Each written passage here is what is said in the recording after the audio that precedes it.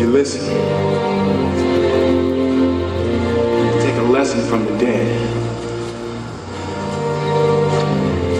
If we don't come together right now on this hollow ground, we too will be destroyed. Just like that.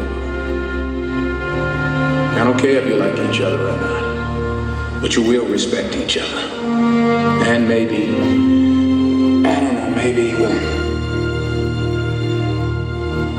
learn to play this game like men.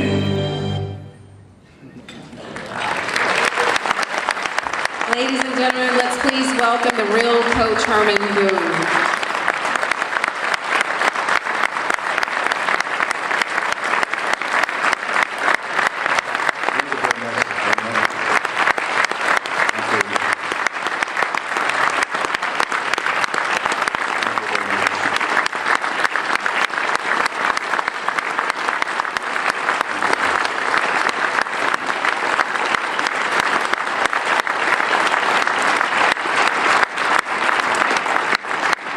Thank you so much. Thank you for that wonderful introduction, Mr. Inomoto. And more than anything else, ladies and gentlemen, your gracious hospitality here at this Sacramento 11th or 12th celebration of the Martin Luther King Jr. Celebration dinner. How about those 49ers today, huh? I had to get that in. Ladies and gentlemen, the world owes Dr. Dorothy Inomoto and her husband Jerry a debt of gratitude, who, by the way, founded this celebration and who continue to keep Dr. King's dream alive. And I think it would be appropriate if all of us at this moment will stand and give the Inomotos a first-class Sacramento applause to say thank you, thank you, thank you.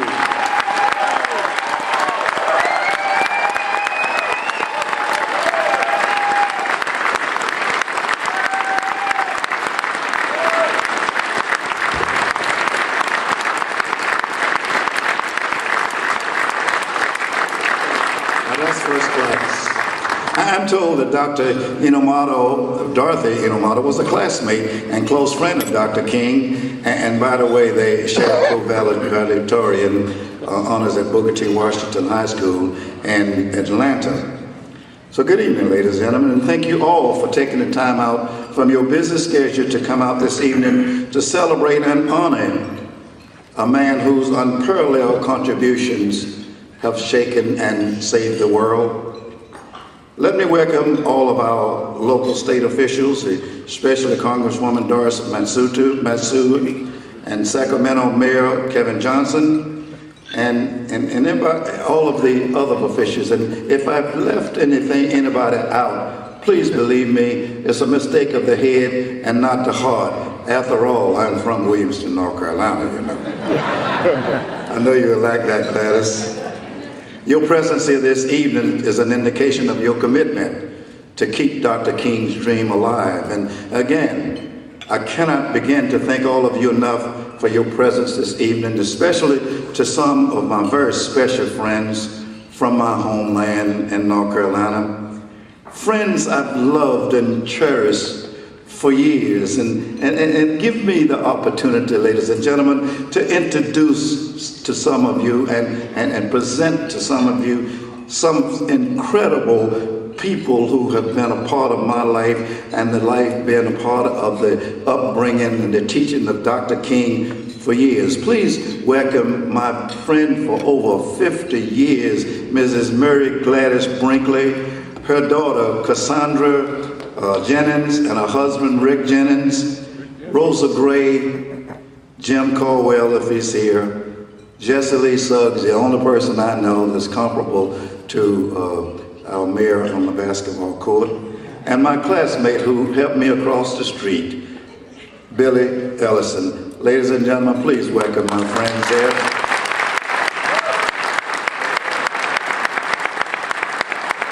Last but not least, I asked a very special young lady to attend this program tonight. hopefully so that our young people can see how hard work and how character can produce success. I want you to welcome a lady whose contributions to all of us is unparalleled. A young lady who's a military young lady, a lieutenant colonel. And just think back a few years ago, that was impossible until Dr. King paved the way. Ladies and gentlemen, please welcome Michelin Joplin of Beale Air Force Base. Lieutenant Colonel.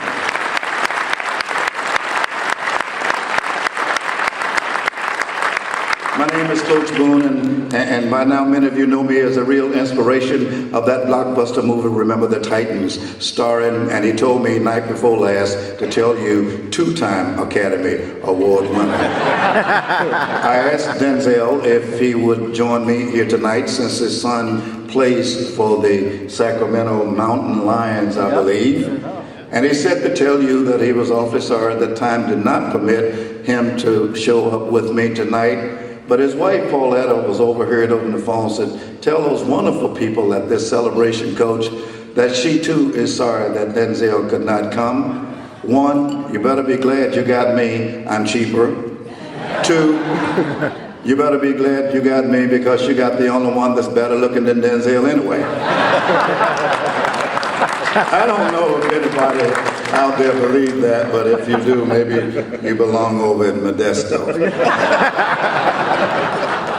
Tony Greenwald, MLK Board of Director, Michael Alcalay, Kathy Rodriguez, let me personally thank all of you, not only for your gracious hospitality this evening, an invitation to be your keynote speaker, but for the honor and privilege for me to be a part of this celebration, honoring the life of a man we all love, honored, and cherish. And Mayor Johnson, City Manager John Shabby, honored guests and friends, again, I can never thank all of you enough for this once-in-a-lifetime opportunity for me to spend some quality time with some quality people here in Sacramento. I'm extremely proud and excited to just have this honor to share this evening with all of you. And you know, Kevin Johnson, I realize that you had to leave, but I'm gonna tell you this anyway. Kevin, I realize your first choice was Denzel Washington. And I can't blame you one bit for wanting the best for the best done people in all of California, and you can clap on that too.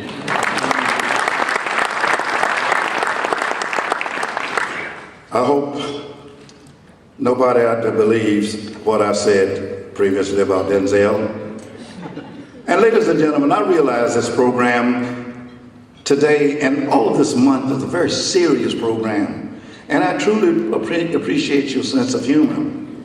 But don't worry, I promise I have to talk with you this evening about the life and legacy of a man whose dreams and visions we hold so dearly. The life, dreams, and visions of Dr. Martin Luther King Jr. And we all must know that throughout the rest of this month of January, and even as we sit here this evening, people all over the world are honoring the memory, dreams, and legacy of Dr. Martin Luther King. Even at the displeasure of many governments, these people continue to march on in his name because he asked all of us just to believe. And to believe is to have faith that one day, as Mrs. Doris Matsui said, we all will overcome. I guess by now you can see that I am a little intimidated to have to give such an important address about such an important man and being in the presence of the Inomados. For some reason I cannot help but feel that today I must try to be as wise as Solomon, as prophetic as Isaiah, and if you don't mind, I'll try to be as funny as Bernie Mac. But don't worry, in the interest of your sanity, I promise not to take up much of your precious time this evening. I'm a very serious person, and I don't have many witty jokes to tell like most sophisticated speakers you probably are used to here in Sacramento, because the night is just not that night. Ladies and gentlemen, it is important, I think, to note that we gather here this evening not to remember Dr. King's death, but rather to remember his life. Not what he could have done with more years in this world, but rather what he did with the years that were granted him for us. Not the sadness of losing him, but rather the gift of having known him. Because his message of peace and love was universal. And this is why we remember. And this is why we act. And this is why we must celebrate a day on, and by God, not a day off on his birthday. And I'm proud to say, like Dr. Inomato, I knew him also. So let me remind you that long before that movie, Remember the Titans, was ever made, because of Dr. King, I dedicated my life to the visions and goals of that man we honor here this evening. It all started way back in Williamston, North Carolina, where I lived and coached came there as an inferior colored boy. And thanks to the Bunch family and the presence of Dr. Martin Luther King, I told the superintendent, when he said to me, "I'll fire you," I said, "You're right ahead. You'll only make sure that I leave this town as a proud black man." He said to my friends in the state senate of North Carolina, said, "That Boone was a bad dude." Ladies and gentlemen, Dr. King will not mean anything to us, any of us, unless we as a people make sure that not just one day a year, but throughout the year, each of us will not forget what he stood for. And for God's sakes, this is very important. I told Ron this. I challenge each and every one of you to do whatever you can to never allow his birthday to become a retail holiday by our inattention.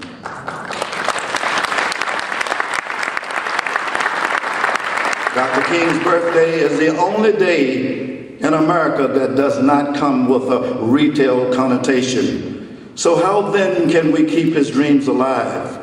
Well, we can get started by passing on to each birth in our family his dreams and his visions.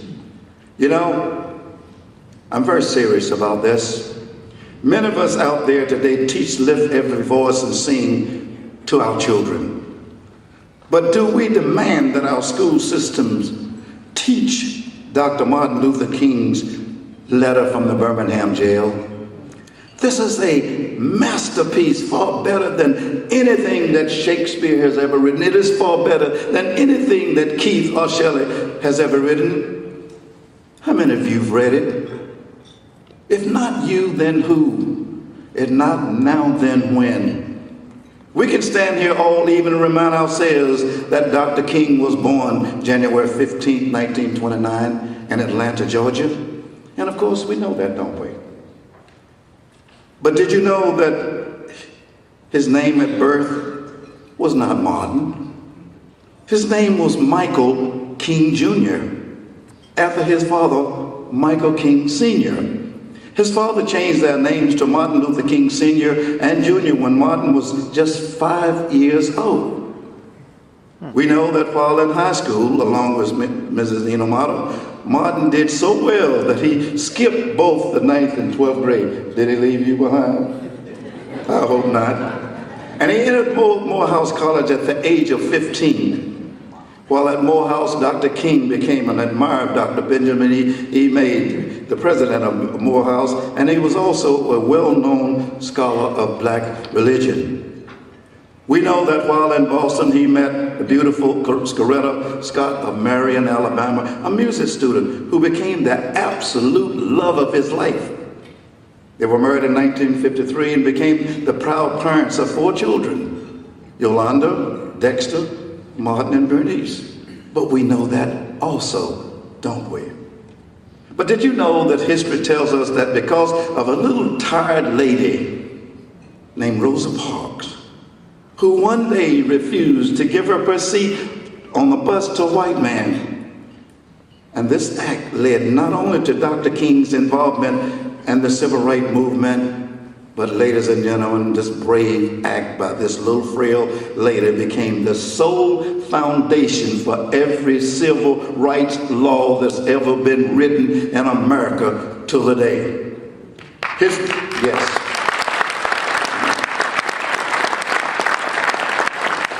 History tells us that Dr. King's civil rights activity began to protest the Montgomery, Alabama segregated bus system in 1955. After the arrest of Mrs. Parks. It was after Mrs. Parks' arrest on that bus for disobeying a city law that required black people to give up their seats on a bus when a white person wanted that seat. That arrest, ladies and gentlemen, angered Dr. King and the consciousness of black America. After Mrs. Park was arrested, black leaders in Montgomery urged blacks to boycott the city buses. And they begged Dr. King, who was just a young minister there at Dexter Street Baptist Church, to become their leader. Although young and afraid, and he had written Scared to Death, he said in his first speech to his colleagues, "Gentlemen, first and foremost, you must know that we are American citizens." I spoke in Birmingham, and the vice mayor said, "Ladies and gentlemen, let me offer my apologies for the people coming in from Louisiana flood, the foreigners." And I got up and spoke and I said, "Mr. Vice Mayor, let me tell you something. These people are not foreigners. These people are citizens of the United States of America. And they've got just as much right to be in Birmingham as you." Let me suggest that while teaching our children to read as their first teachers, ladies and gentlemen, please teach our children to read Dr. King's letter from the Birmingham jail. This is a masterpiece of a letter.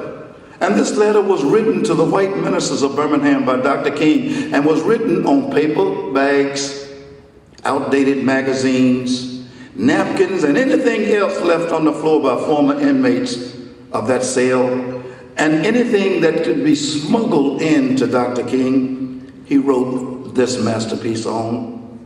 And he stated his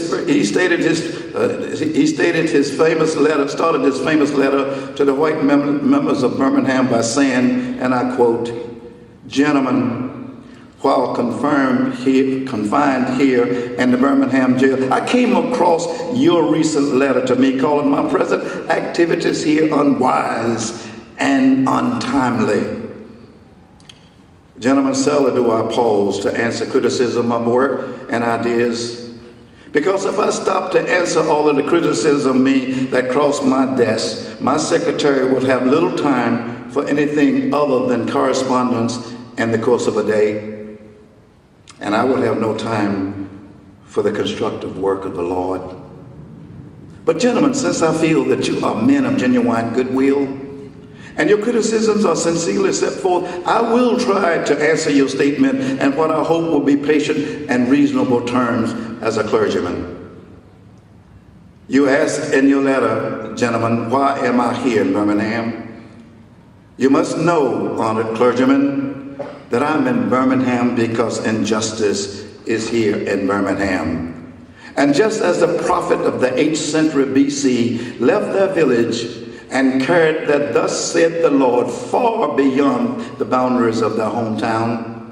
And just as Apostle Paul left his village of Taurus and carried the gospel of Jesus Christ to the four corners of the Greco-Roman world, so am I compelled to carry the gospel of freedom beyond my hometown in Atlanta.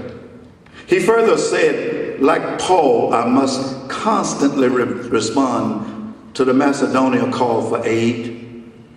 And moreover, gentlemen, I'm cognizant of the interrelatedness of all communities and states. Yet I cannot and I will not sit by in Atlanta and not be concerned about what happens in Birmingham. because injustice anywhere is a threat to justice everywhere. Dr. King went on to say in his letter that we are all caught up, gentlemen, in an inescapable network of mutuality, tied to a single garment of destiny, because whatever affects one directly affects all of us indirectly. Never again can we afford to live with a narrow outside agitator idea, because anyone who lives and born in this United States can never be considered an outsider anywhere within its borders, because this is my country too. And you ask, why direct actions? Why sit-ins? Why marches? Isn't negotiation a better path for all mankind? He said, you're quite right, gentlemen, in calling for negotiations. Indeed, this is the very purpose of direct action. But nonviolent direct action seek to create such a crisis and foster such a tension that a community that has long consistently refused to negotiate now is forced to negotiate and confront the issues of today. Because whether you know it or not, the purpose of our direct action program is to create a situation so crisis-packed that it will inevitably open the doors to negotiation. Because too long has our South line been bogged down in a tragic effort to live in monologue rather than dialogue. We as a race have waited for more than 340 years for our Constitution and God-given rights. Did you know, ladies and gentlemen, that the nations of Africa and Asia have moved with jet-like speed towards gaining their political independence? But why then do we here in America creep with buggy-like speed towards gaining just the right for a human being to have a cup of coffee in a restaurant in America? Perhaps it's easy for those of you who have never felt the stinging dots of segregation to say, wait. But I say to you, when you've seen vicious mobs lynch your mother and father at will, and drown your sisters and brothers at whims, when you've seen the hate-filled policemen curse, kick, and sick dogs and fire hoses on our brothers and children, when you've seen your father's name become nigger and your middle name become boy, and your wife and mother are never given the respected title of Mr. or Mrs., then, gentlemen, you will now understand why I find it difficult to wait.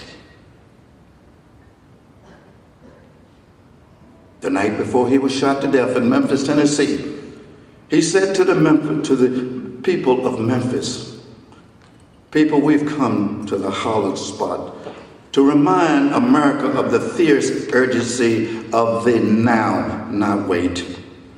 There's no time to engage in the luxury of cooling off or take the tranquilizing drug of gradualism. Now is the time to make real the promise of democracy in America. Now is the time to rise from the dark and desolate valley of discrimination to the sunlit path of racial justice once and for all. Now is the time to lift our nation from the quicksands of racial injustice to the solid rock of brotherhood for the benefit of all Americans. Dr. King continued by saying, people, as we walk, we shall make the pledge that we shall march ahead and we'll not turn back. Yet there are those who are asking the devotees of civil rights, when will you be satisfied? The answer is quite simple, gentlemen. We can never be satisfied. As long as our people are the victims of unspeakable horrors of police brutality, we can never be satisfied as long as our bodies, heavy with the fatigue of travel, cannot gain lodging in the motels and highways and the hotels of our own cities. We cannot be satisfied. No, no, no. We are not satisfied, and we will not be satisfied until justice rolls down like water and righteousness like a mighty stream. Ladies and gentlemen, the world has always been fascinated with Dr. King's words of hope in all of his speeches. Especially, I have a dream, and how long, not long, where he so eloquently said, people, we are on the move now. Yes, we are on the move.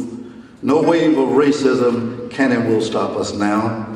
The bombing of our homes will not stop us. The beating and killing of our clergymen and young people will not divert us. Like an idea whose time has come, not even the marching of mighty armies will ever stop us now.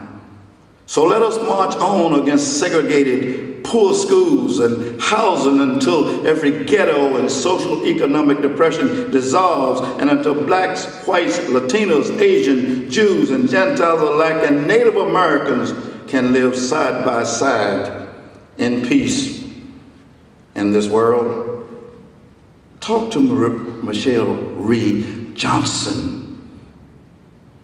who has made considerable strides in the depressed neighborhoods of our nation capital. Dr. King raised all of us to be the salt of the earth and the light of the world, and because of him, our light, all of our lights, will continue to shine for generations and generations to come. Dr. King raised us so that we all can swim across the mighty rivers and climb the mighty mountains of life. He raised us to be strong. He raised us to overcome adversity. He reminded us of Dr. Neumoller, a German pastor, who said, when the Nazis came for the trade unionists, I did not speak up because I was not a trade unionist.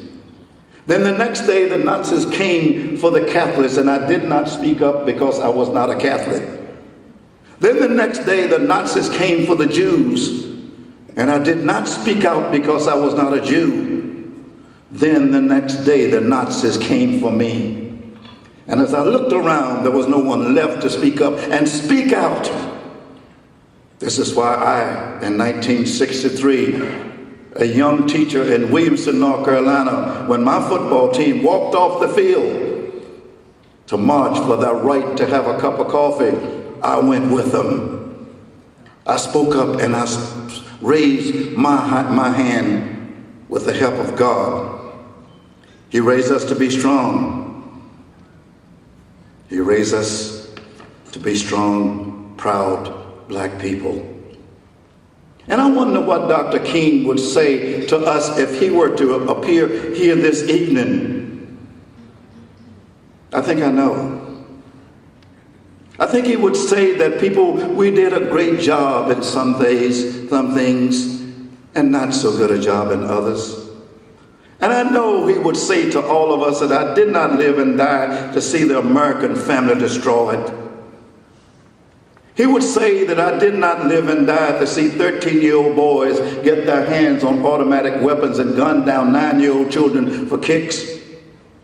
I think he would say to us that people, I did not live and die to see young people destroy their lives with drugs and build their fortunes by destroying the lives of others with drugs.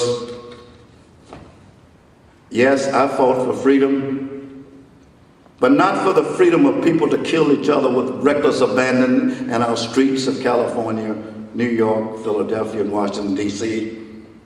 And I know he would say that I did not live and die for the freedom of children to have children and the fathers of these children walk away from these children as though they never existed.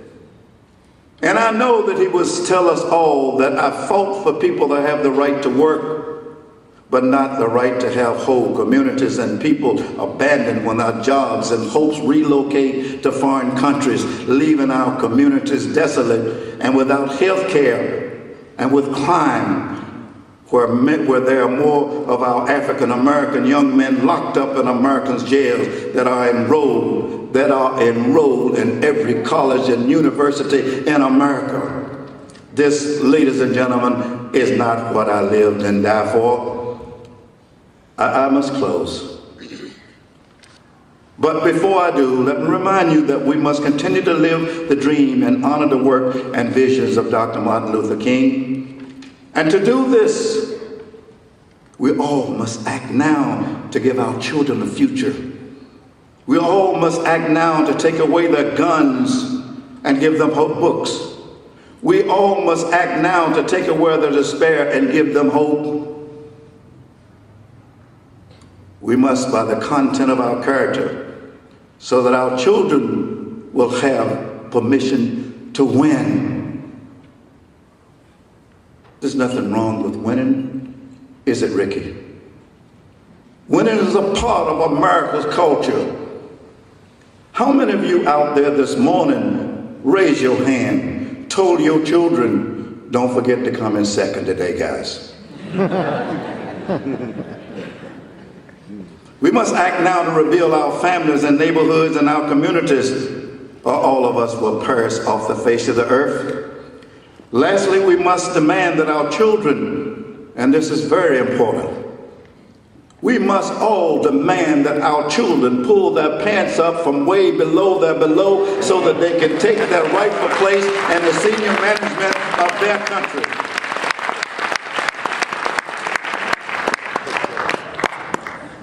Ladies and gentlemen, we cannot take a day off.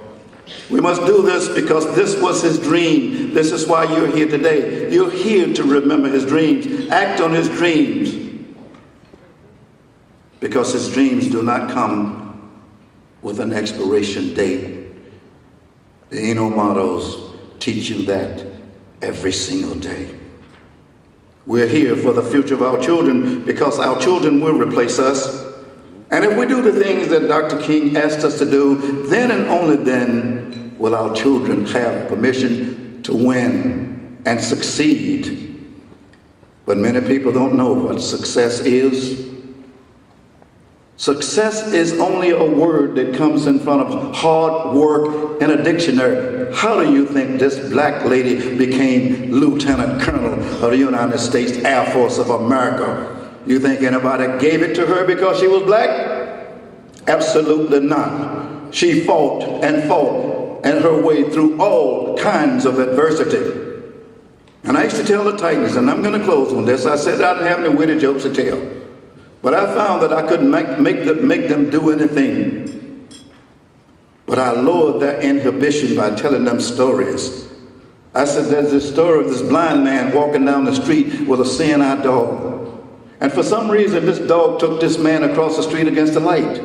Cars were swerving all over the place to avoid hitting this man. And when he got across the street safely, he reached in his pocket and he gave his dog a biscuit. This little old lady looked at him like he had lost his mind.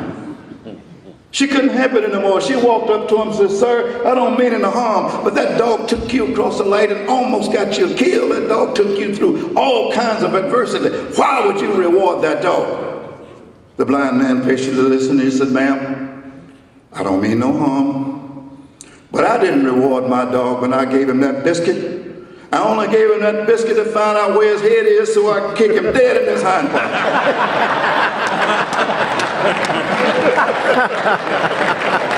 Off the book tonight.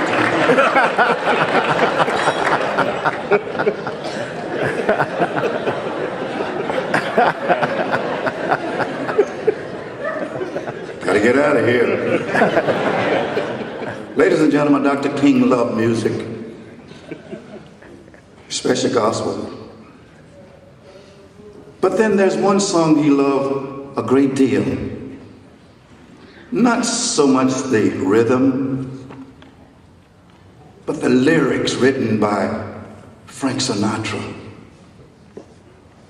When he said, "What is a man? What has he got? If not himself, he has not. To say the things he truly feels and not the things of one who kneels. Regrets, I've had a few, but then again, too few to mention. You must do what you have to do, and you must do it without exemption. You must plan each charted course, and you must do it without exemption." I did what I had to do, and I did it without exemption. How did I do it? I did it my way. Let me thank you for your inspiration this evening. You have inspired me, Inamotos, more than you'll ever know. This is why I travel around the world, because of people whose shoulders I've stood on like you. Please don't bend down or bend over, because I don't want to fall.